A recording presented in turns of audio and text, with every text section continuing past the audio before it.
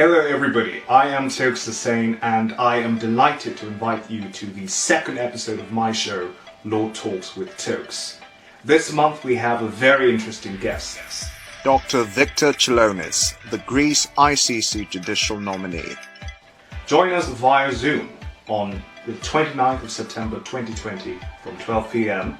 UK time as we learn a bit more about the ICC Judicial elections. I look forward to seeing you there.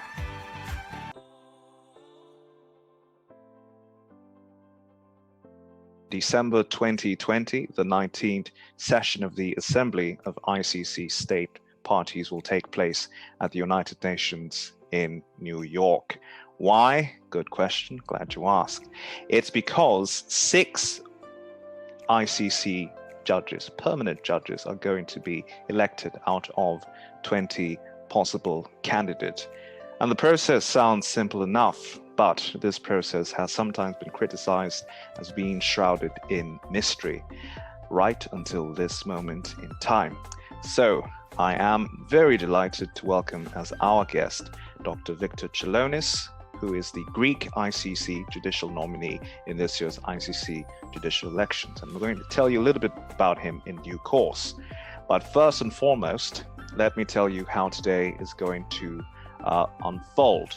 So we're going to first and foremost learn a little bit about Dr. Tsilonis himself and of course himself as a candidate. And then we're going to talk a little bit more about some interesting and relevant issues going on in international criminal world and the ICC in particular, and the elections, because that's why we're here after all. And you will of course have an opportunity to ask questions about anything relevant to today's topic using the Q&A tool, which is at the bottom of the screen. And right now, I'm going to launch a poll, which you can answer at any time.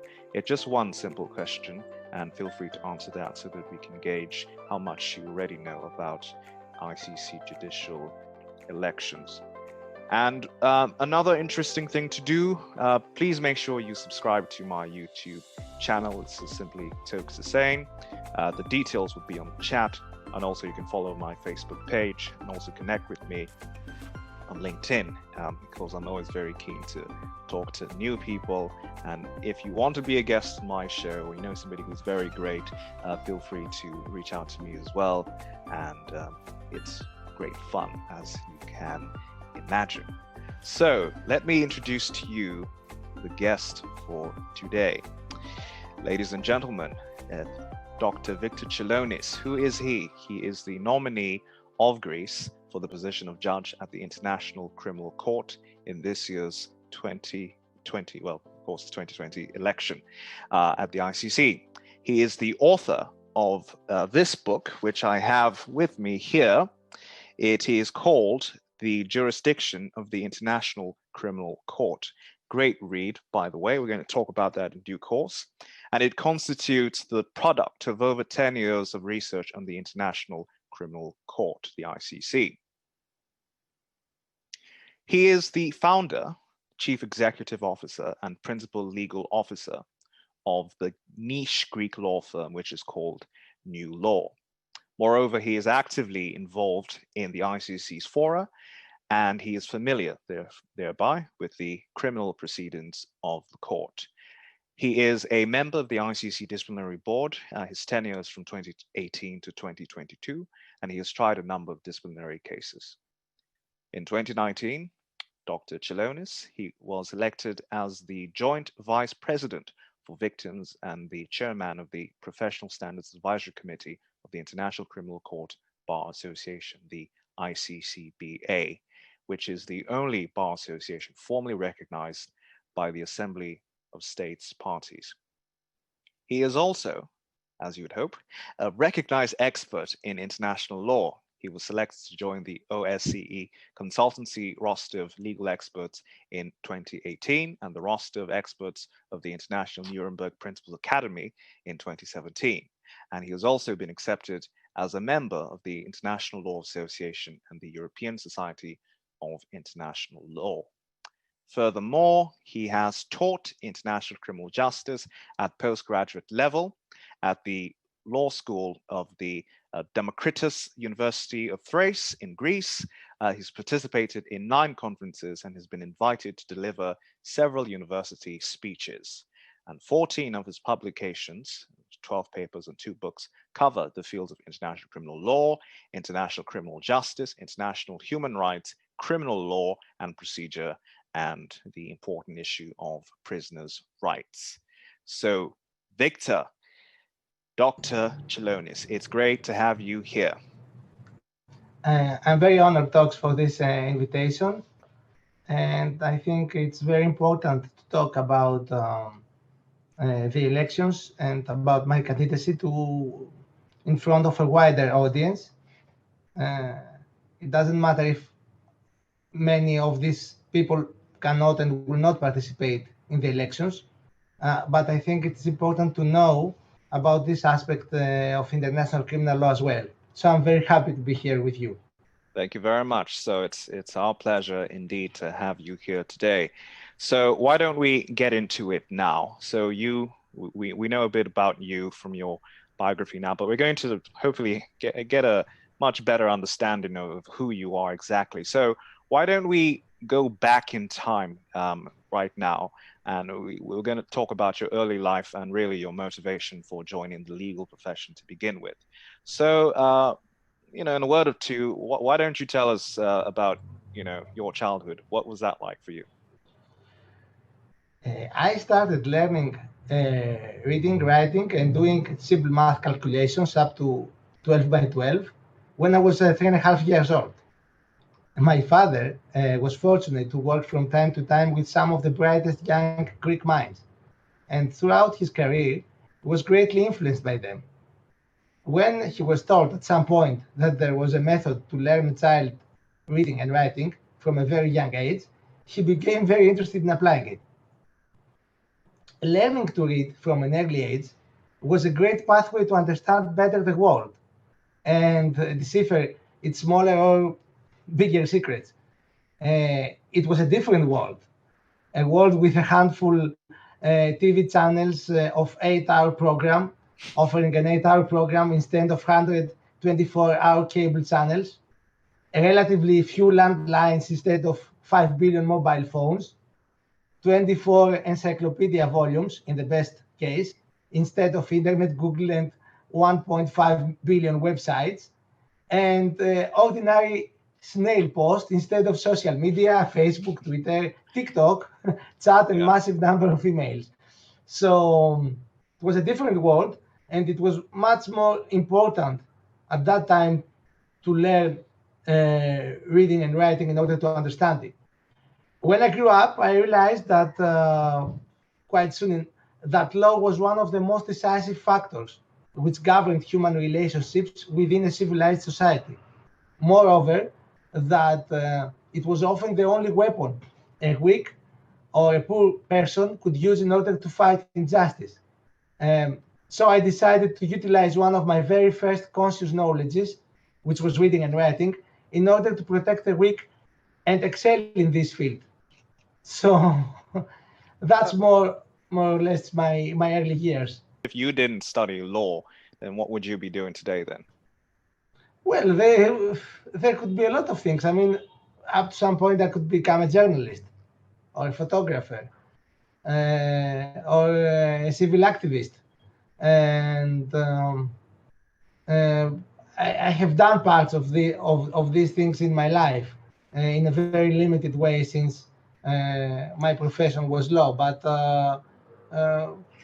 there are often new pathways that can open up or close.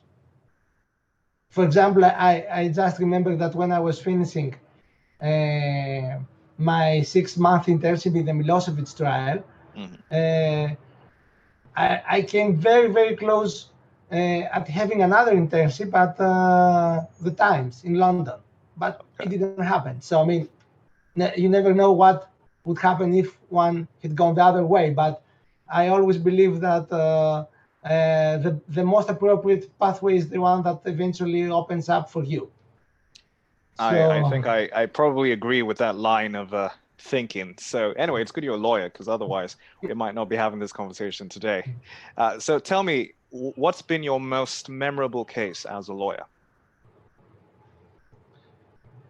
there are many cases that have been memorable, and some of them are not the most successful ones.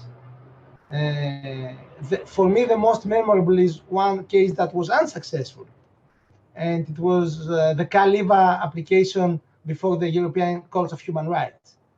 It was an application regarding the alleged, I stress the word alleged, death of a police officer who was assigned at a special police unit by other fellow police officers. And this had attracted a lot of media attention before the case comes to my office. So when it came to my office was quite late. After a few years, it happened.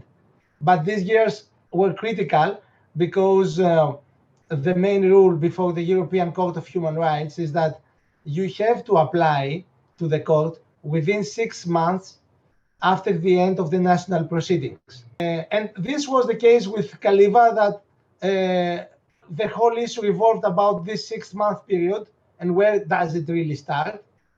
The European Court of Human Rights decided to file the case, and for me it was disappointing because I could see a lot of merit in this case. It could become even a movie.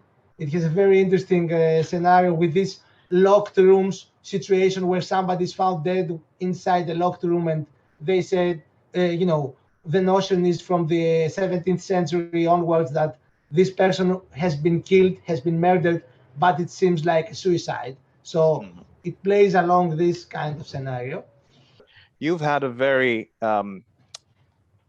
diverse path, to get to where you are. I mean, you've been a lecturer, you've been a research fellow, you even worked at the ICTY. I think that's both of us now.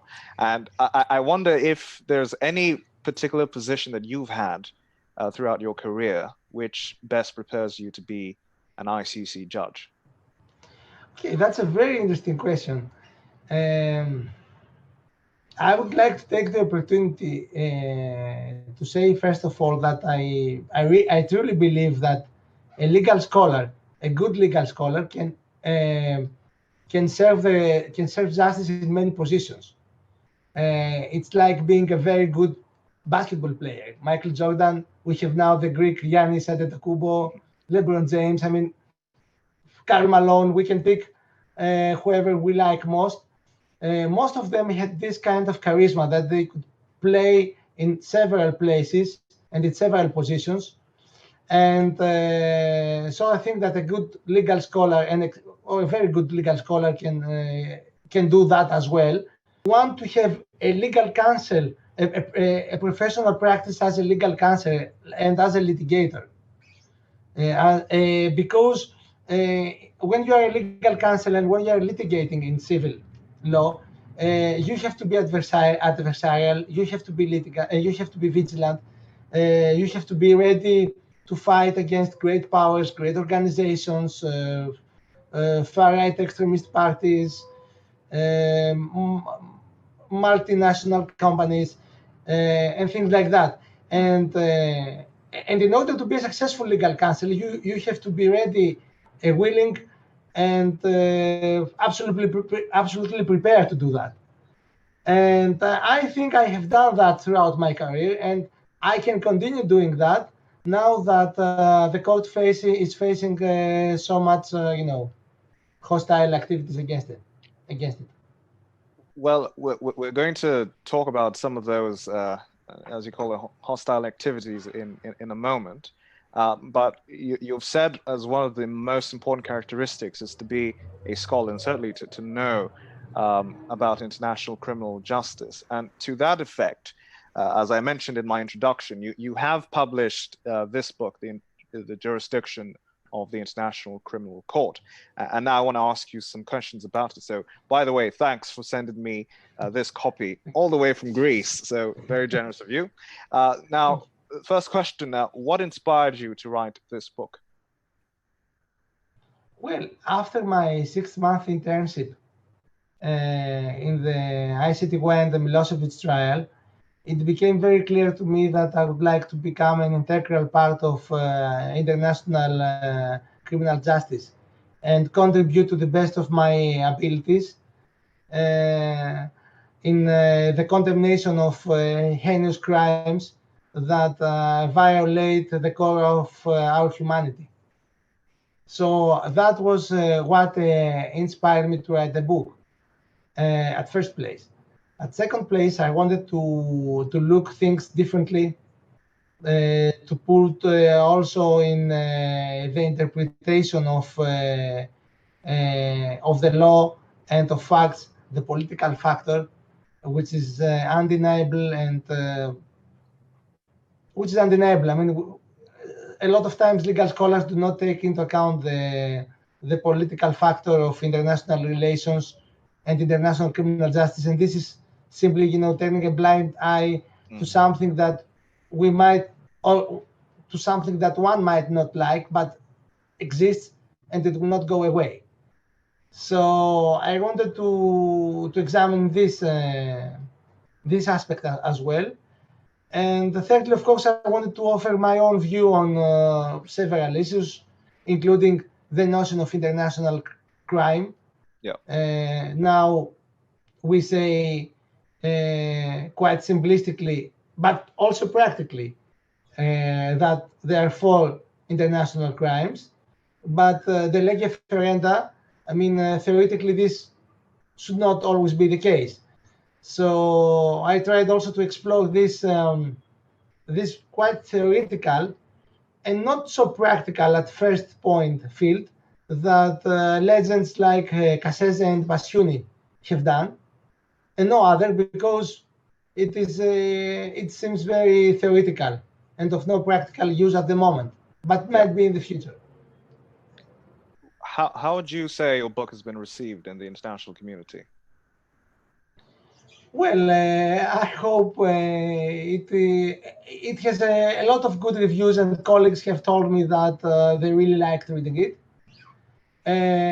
It is critical towards decisions and the application of the law so far, and so it is also groundbreaking in some respects.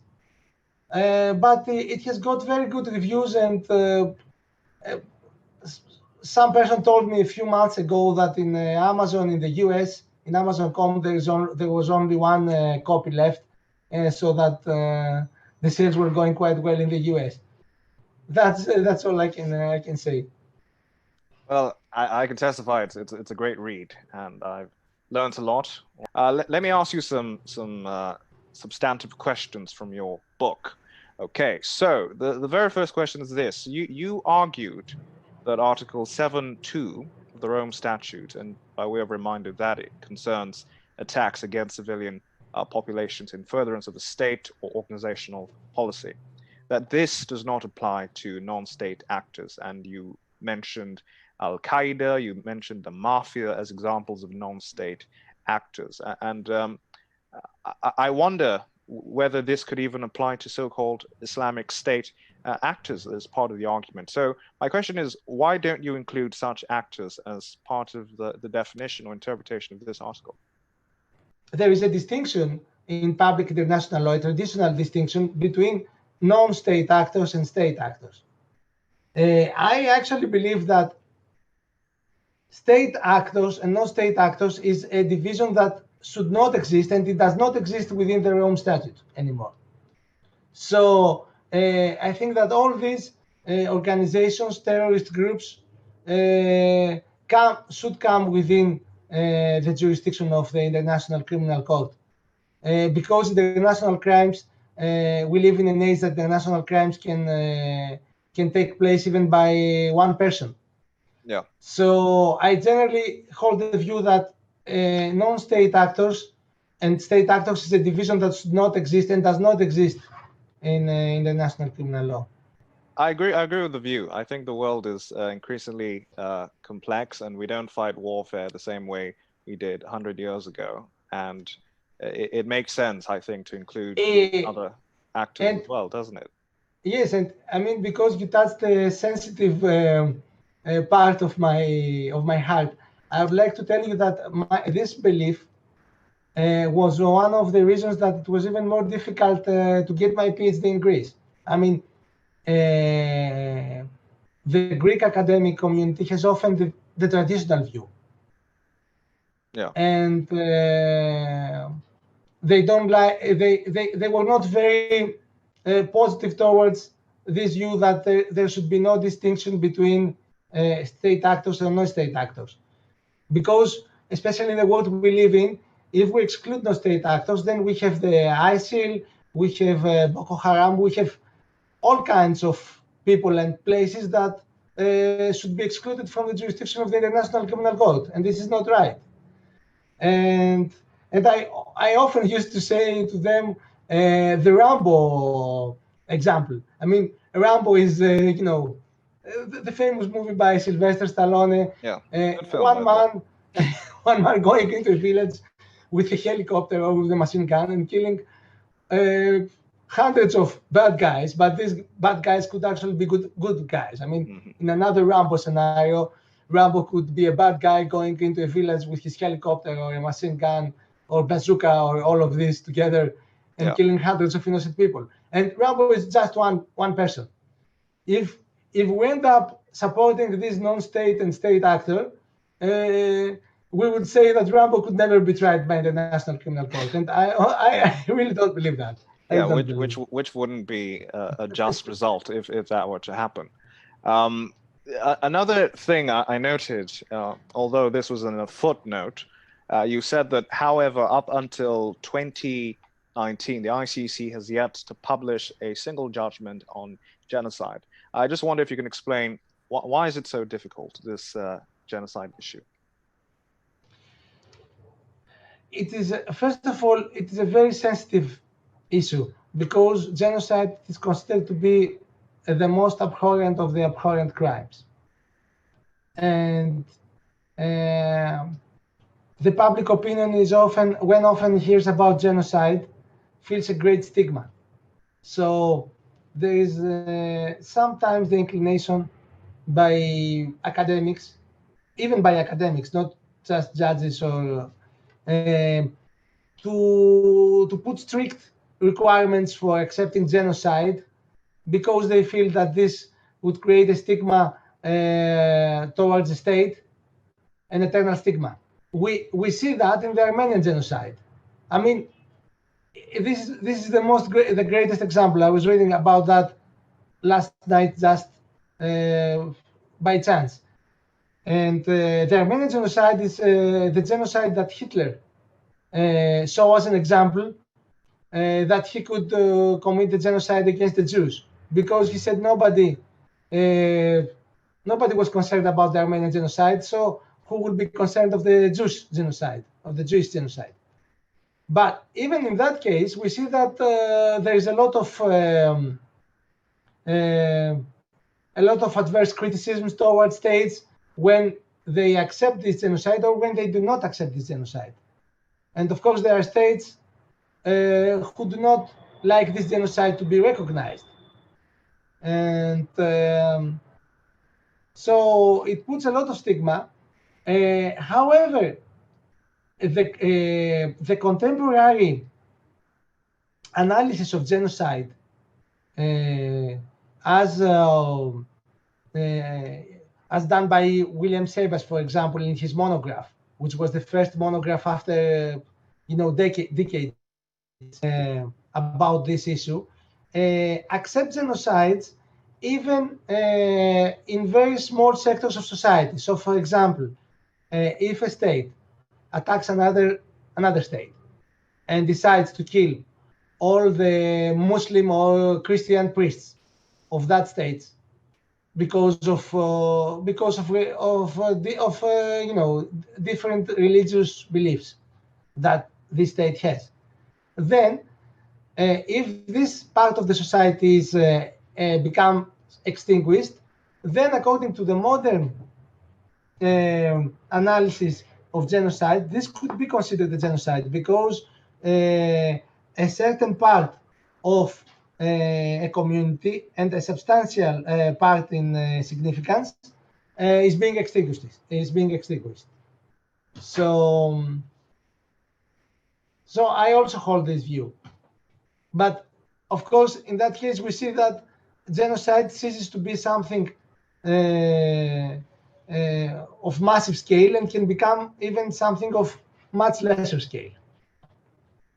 Well, thanks for the elaboration as to why it's particularly difficult, just dealing with genocide, international crimes. I want to move forward now and ask you some questions in relation to contemporary issues that affect the ICC. And you've referenced this beforehand. This was the US sanctions. So let me provide a bit of context before I ask the question. So essentially in June 2020, the President of the United States, Donald Trump, issued an executive order which imposes sanctions on ICC officials who are involved in investigating Americans in response to the court's decision to open an inquiry into war crimes allegedly committed in Afghanistan. And in recent times, the US has also imposed sanctions on key members of the ICC, so the chief prosecutor, Fatou Bensouda, and other officials. So I want to get your view, basically, because some experts say that these measures, at best, they constitute judicial interference. Others say that it infringes the privacy or personal life of the officials. But my key question really is, do these sanctions breach international law? What's your view on that? Of course, US has not accepted the jurisdiction of and the role of International Criminal Court. During Bill Clinton's administration, they came very close to ratifying it, but sometimes very close is just not close enough. So it didn't happen. That's one point. So they haven't ratified it. Secondly, is that the whole issue regarding the breach of international law or not goes back to the beloved for some people state sovereignty of states principle, and whether a sovereign state can impose any kind of sanctions to anyone they see as hostile.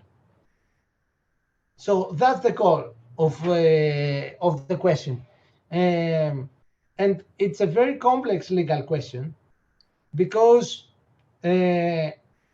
First of all, it cannot, be swayed easily away.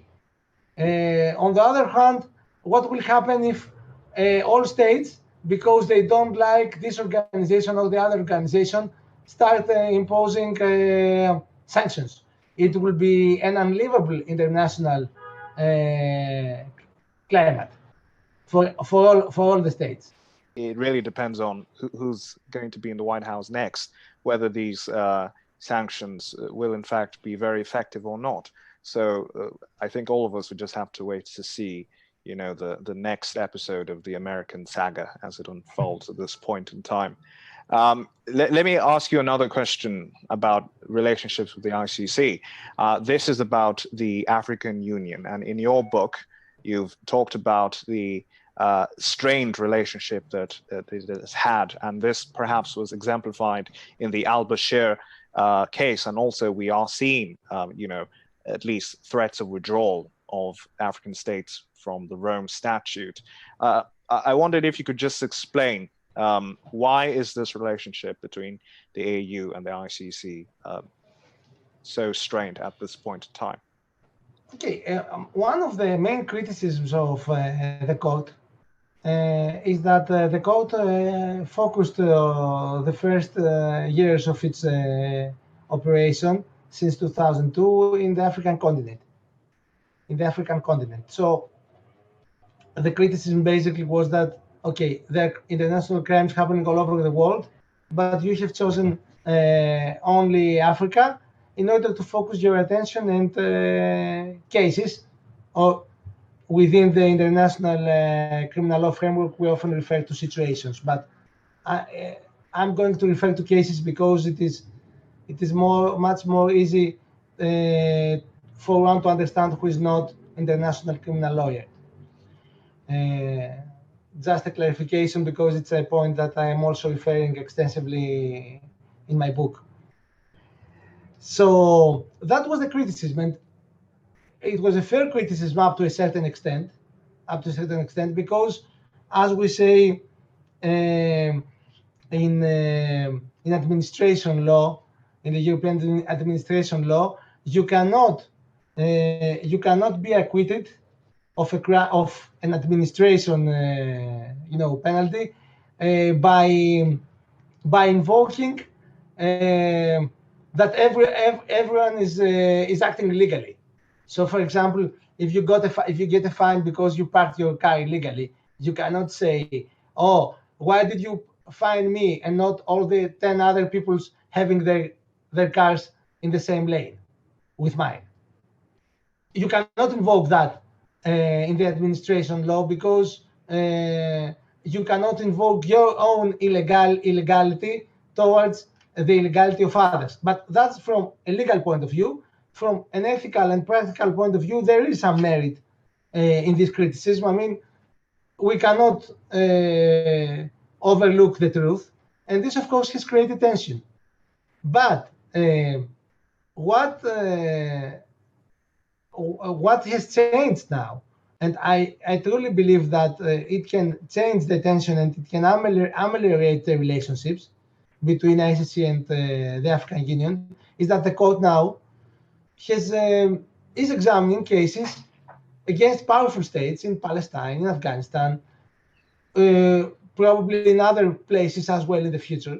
So this is a great proof that the court is evolving, is moving away from the focus on Africa, the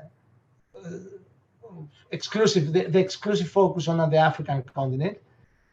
And so this is a proof that the code is changing, and it is a reason for all the critics of the code to come back and support the code now that the code needs them, because most of these critics, and I have criticized, I mean, in my book, I have been critical of some things.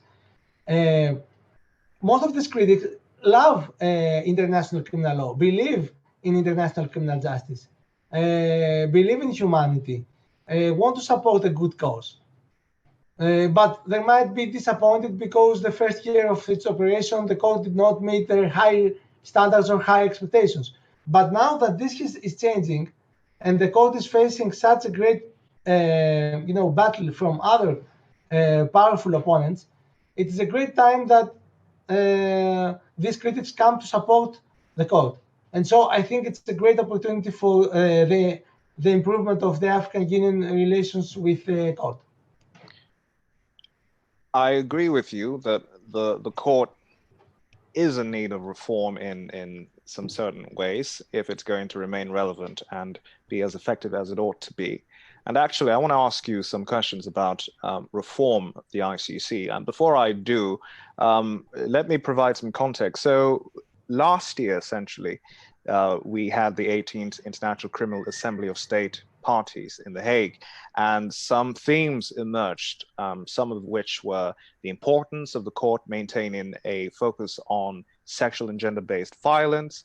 There was the suggestion from the Swiss delegation about the intentional starvation being a war crime in non-international armed conflict, and also the talk about, the need for gender parity, etc. And these are all ideas which I think nobody would really resist.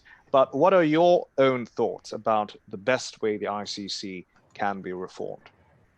That there are a lot of things that can be improved. A lot of things. I mean, there is a lot of criticism about the length of the proceedings. The German parliament talked about that, and the International Nuremberg Principles Academy had a program about the length of the proceedings. And of course, length of the proceedings can be improved, and efficiency can be improved, but the court must always confer justice, because if justice is not conferred, if a decision is more speedily made, but justice is not served, then there is a great problem. So we have to improve the efficiency of the court, but we have also to confer justice. One way to save time and improve the time efficiency of the court, but the statute does not allow much space into going towards that direction, is the one judge decisions, and this is something that has been discussed and advanced, that sometimes for procedural issues you don't need a three-member court, but a judge can say, okay, you have a 10-day limit to submit your briefs, you have a 15-day limit to provide me with your witness list, things like that. Better case management, essentially. Better case management. Yeah. What I essentially can extract from your proposition is that, you know, the judges, the ICC judges, ought to be a bit more active in terms of managing counsel to make sure that, you know, everything's on track, they're not being irrelevant, etc. And actually, I raise this point now to the listeners that if you want to see other suggestions as to how to improve the ICC, the Raising the Bar report is a report by the Open Society Justice Initiative, and I certainly recommend a read. And one thing that it does talk about also is the reform of the ICC judicial elections, which I want us to talk about now. So, as I said in my introduction, it's something which people don't really understand. They feel it's not very transparent. And I just want to give you the opportunity now to tell us about the ICC judicial elections. Assume that we are complete novices. We have no idea what it's about, so tell us about it. There are currently 123 states, or 120. I think we are somewhere that number of 123 states. Maybe it's now 124. I'm not completely sure about that, but that's the number of states approximately participating at the Rome Statute and being members of the court. So each member state has the right to propose a candidate at the elections. The judge's term is 9 years, so but a judge's term is extended when he has an unfinished case. When, for example, if Milosevic's trial has not ended, the same judge must continue and end this trial, and this is for reasons of fairness, because you cannot have after 7 years somebody else going into the case without knowing what happened the previous 7 years. I mean, you can read a lot of things, but you have not lived them. So, but let's say that the general rule is a 9-year term. So after the end of the 9-year term of a judge or more judges, there are elections, and every state can propose a candidate. Okay, the candidate must be of high moral character, must be cognizant of international criminal law, must have experience, must be able to become a judge in his or her own country, or to hold the judicial office. Okay, and this year there were 22 candidates. There was a state that eventually withdrew his candidate, so now there are 21 candidates, and there are 6 positions. The states vote at the Assembly of State Parties. The votes take necessarily into account the geographical location. So, for example, this year, one candidate must be from Latin America, one candidate must be from East European states, and one candidate must be elected from Africa, and the other three judges' positions are open. So, I mean, there can be more judges being elected from Europe. There can be more judges elected from Latin America. There can be a judge elected from Asia. There was a requirement about the fourth judge being elected from Asia this year, but because of the fact that after the withdrawal of the state, we talked before, Bangladesh, there is only one candidate from Asia. There was a reversal of the rule, because if there is only one candidate from a geographical location, then the rule to obligatory vote somebody from that continent or geographical area does not apply anymore, for understandable reasons, for reasons of fairness. And of course, the gender also, there must be fair representation between males and females judges. And of course, there is a call of the civil society that the most qualified applicants should be elected, and I fully endorse this argument. I fully endorse this argument. Would you tell us now about the representation and perhaps the participation of Greece within the ICC? Is it quite well represented or not, in your view? Well, there are numerous states that have been underrepresented since the function of the court, and there are, of course, many states that have been overrepresented. This is not. This is something certainly that could and should be improved, because having a court which confers international criminal justice worldwide, you need people from all over the world. And so I think this is an important aspect that must be taken into account. And there is a list on a year basis, I think, a list of underrepresented countries. There are some countries that go in and out of this list for reasons I don't really know. So, for example, if Greece, it might be possible that Greece might this year have one Greek employee. I don't know who this might be, and because of this one employee, it might not be considered underrepresented formally, but officially, not officially, but actually. And substantively, I could say that Greece has been underrepresented since the Court's foundation in 2002. And I believe that there are Greek lawyers who have a lot to offer to the court, because they are very specialized. They have studied abroad international criminal law. They might have practical and theoretical experience. And I believe also that as a judge, I could offer this. Yes. Because I consider it to be one of my unique characteristics. I'm going to ask you a bit more about that just shortly, but now I want you to pretend with me in this exercise that you're already a judge on the ICC bench. Now here's a question for you. How would you deal with witness intimidation scenario?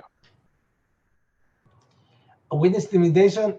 Yes. During the trial, before the trial? During the trial. Let's say during the trial. During the trial is totally unacceptable. It depends on the situation. I mean, the first thing is that you would ask for the people who intimidates the witness to get out of the room with the with the security and be detained.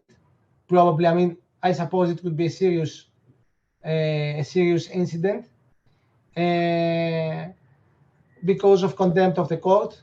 So it should not take the slightest form. The slightest form of intimidation should not happen and it should be forbidden.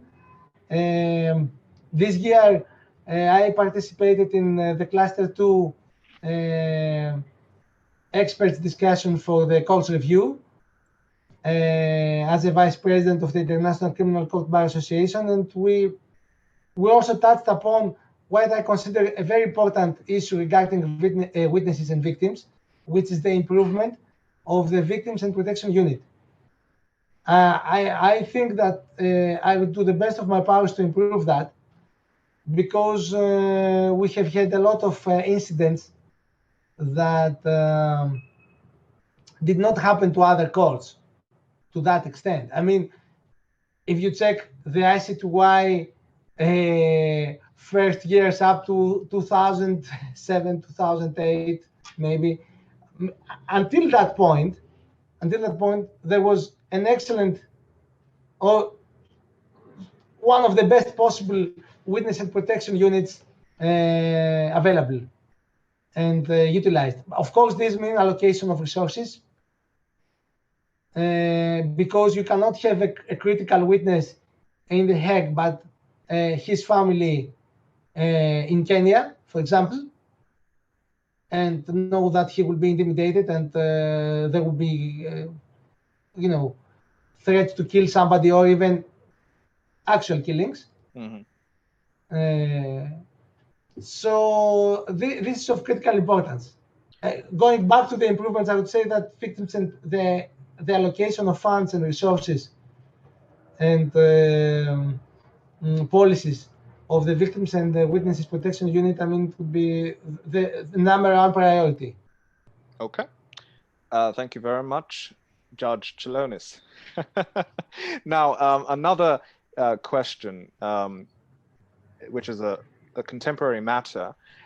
You've seen this year, a lot of challenges like COVID-19, the pandemic, the global warming, wars, the global Black Lives Matter movement, for example. And these are very relevant issues, even in the international criminal justice context. How would you, as a judge of the ICC, how would you deal with these matters? There are a lot of things one can say about that. First of all, one must be sensitive about these things and know and must feel how the public opinion is sensitive about that. Really feel that, not just say I feel sensitive because I also feel that the public opinion. So you must feel it within your heart, first of all. Okay. Secondly, I have argued, even in my book, that the principle of complementarity is not really applied in many instances. And we often view complementarity as counting dead bodies. So, for example, we have cases that we say, 8 people were killed by illegal gas in Iraq. There were not that many in order the court to have jurisdiction over the case. Because of the gravity, because of complementarity, because of all these things. In cases of Black Lives Matter movement, one can say that even one murder that affects a whole society for so long and in such a critical way can be within the jurisdiction of international court if this case is not dealt with properly by the national courts. And of course, the case, the member state must be a member of the court. For example, US is not a member of the court, so there is an issue with jurisdiction. There is a lack of jurisdiction unless, for example, we had a black Greek guy like, being killed in the US. So the court might have jurisdiction because of the passive personality, because of the victim's nationality. So I would say that these issues give us a new perspective about gravity and complementarity, and we can examine cases that we have never thought of before, even if they are concerned one dead man. Okay. Well, thank you very much for that. So let me ask the final question now, and then the participants can start to use the Q&A option to ask questions. Now, we know that there are 6 positions up for grabs on the ICC bench. So in your own words, well, not like you use anybody else's words anyway, but tell us why you and why now. Over to you. First of all, I would like to say that all candidates are exceptional and have great careers before and ahead of them. I personally wish to combine my theoretical academic knowledge of international criminal law with my practical experience as a counsel included in the ICC list of counsel and as a member of the disciplinary board of the International Criminal Court. So I wish to utilize gracefully these experiences. And of course, my active involvement in the court's fora, being a member of the ICC disciplinary board and being elected last year member of the Executive Council of the International Criminal Court Bar Association and simultaneously being elected as Joint Vice President for Victims and Chairman of the Professional Standards Advisory Committee, provide me with this critical insight that is important in order to reform the court and making it much better and not reforming it in a negative way. And of course, it is my book. I consider it as a very important plus I have for these elections. I don't know, probably there might have been in the past another candidate who has had written so much about the book, but I would dare to say that maybe I'm the one who has written most, or maybe amongst the very few who has written so much about the court. And this is something important because my writings try to combine my theoretical as well as my practical knowledge of the court, and also put a political and holistic prism in this interpretation of facts and law. So that's in some these are my unique attributes. And I think that now is the time, because it's the time the court to be rejuvenated, and I would like to be amongst this new breed of jurists who will come into the court and devote their life in the court, devote their life to the court's aims. And I think I'm in the perfect age and experience to do that.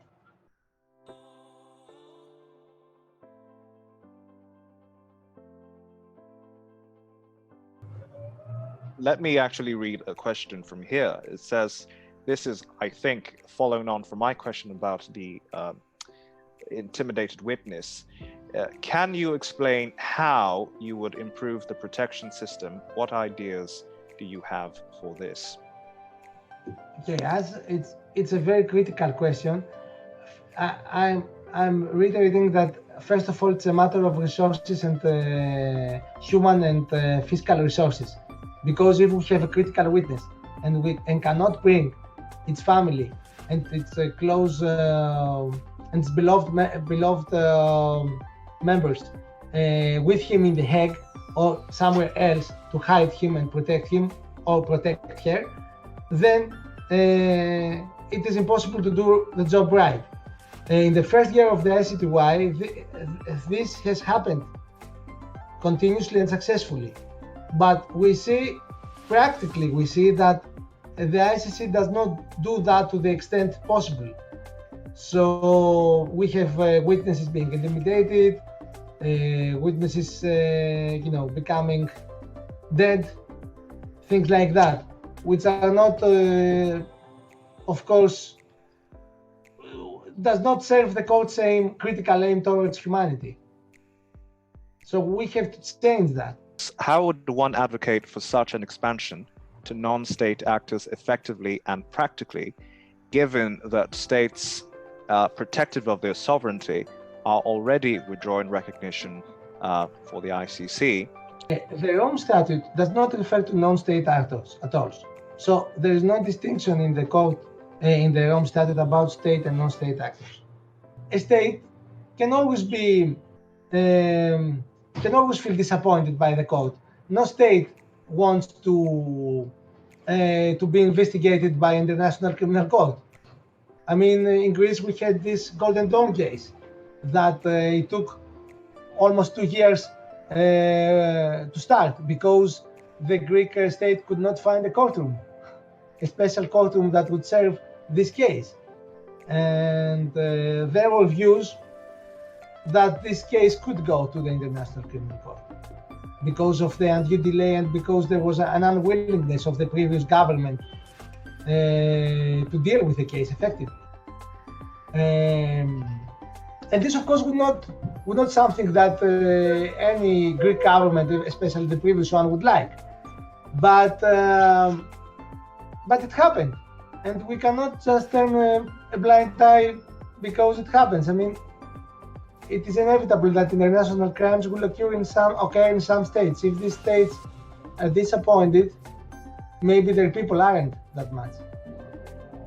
Okay, let me bring up the second part of that question, which is about the social issues we talked about, the gender inequality, violence against women, etc.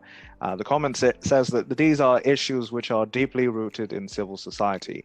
How can the court be an effective instrument of social change, given that states, as legal persons, are prioritized over citizens?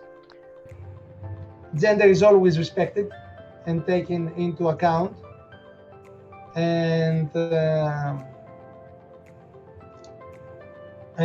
so that's the way. And of course, the court is sensitive when gender inequality cases or gender-related crimes appear in situations and are examined and reviewed by the court. So there is a great sensitivity, I think, as far as gender is concerned, within the court in all aspects of it, whether it is a case, whether it is the recruitment, whether in all aspects of it. About the second issue, whether legal states are prioritized over citizens, I'm not sure that I would totally agree with this hypothesis because the Rome Statute concerns citizens. The accused is not a state, is a citizen. It might be the minister or the prime minister or the chief of army forces of a country, or a mayor of a major city, or a group of a militia, or a leader of a militia group, or somebody else important in some respect. So I don't think that states are prioritized over citizens. The court's focus is on citizens, and the court so far, and especially the last years via the examination of the Palestine and the Afghanistan case, shows the opposite, that it prioritizes citizens and victims over states, even if they are powerful ones, even if they are very powerful ones. I think also that there's a matter of jurisprudence as well, because in human rights law, I think that's probably more emphasis on the state's obligation in relation to the citizen as well. And also international criminal law as well is concerned with the individual, irrespective of his position, whether you're head of state or somebody else. If you've committed a crime, you're supposed to be held into account. I wholeheartedly believe that. It is the best time for the critics of the code who believe in the national criminal justice and who were disappointed by the results, the efficiency of the code, to unite and raise their voices with all of us. Briefly, does the ICC have jurisdiction over the alleged Israeli war crimes in relation to the Palestine situation? It is a situation under review by the court. The court will rule on that. So I don't think because of the elections that I should, express an opinion about that during this interview. But Palestine is a member state of the court, and the case is examined by the court. So I would say just to be a little patient and wait for the court's decision. Okay. Well, thank you very much for the question. Ladies and gentlemen, this has been Dr. Victor Tsilonis, who is, as you know, the Greece ICC judicial nominee in the forthcoming ICC judicial elections. This really brings us to the end. I'd like to say a big thank you to Dr. Tsilonis for his contributions today and really shedding a bit more light into the process of the ICC judicial elections. Remember that he's published his book, which is on the jurisdiction of the International Criminal Court, and also that the elections are going to be in December of this year. So that's been very helpful, this entire process, to understand it a bit. And I hope that the questions you've asked, you felt satisfied with the answers given. So again, I thank everybody who's tuned into the second episode of this show, Lord Talks with Toks. Dr. Tsilonis, thank you very much. And thank you very much to the participants as well. Do have a great day going forward. Take care.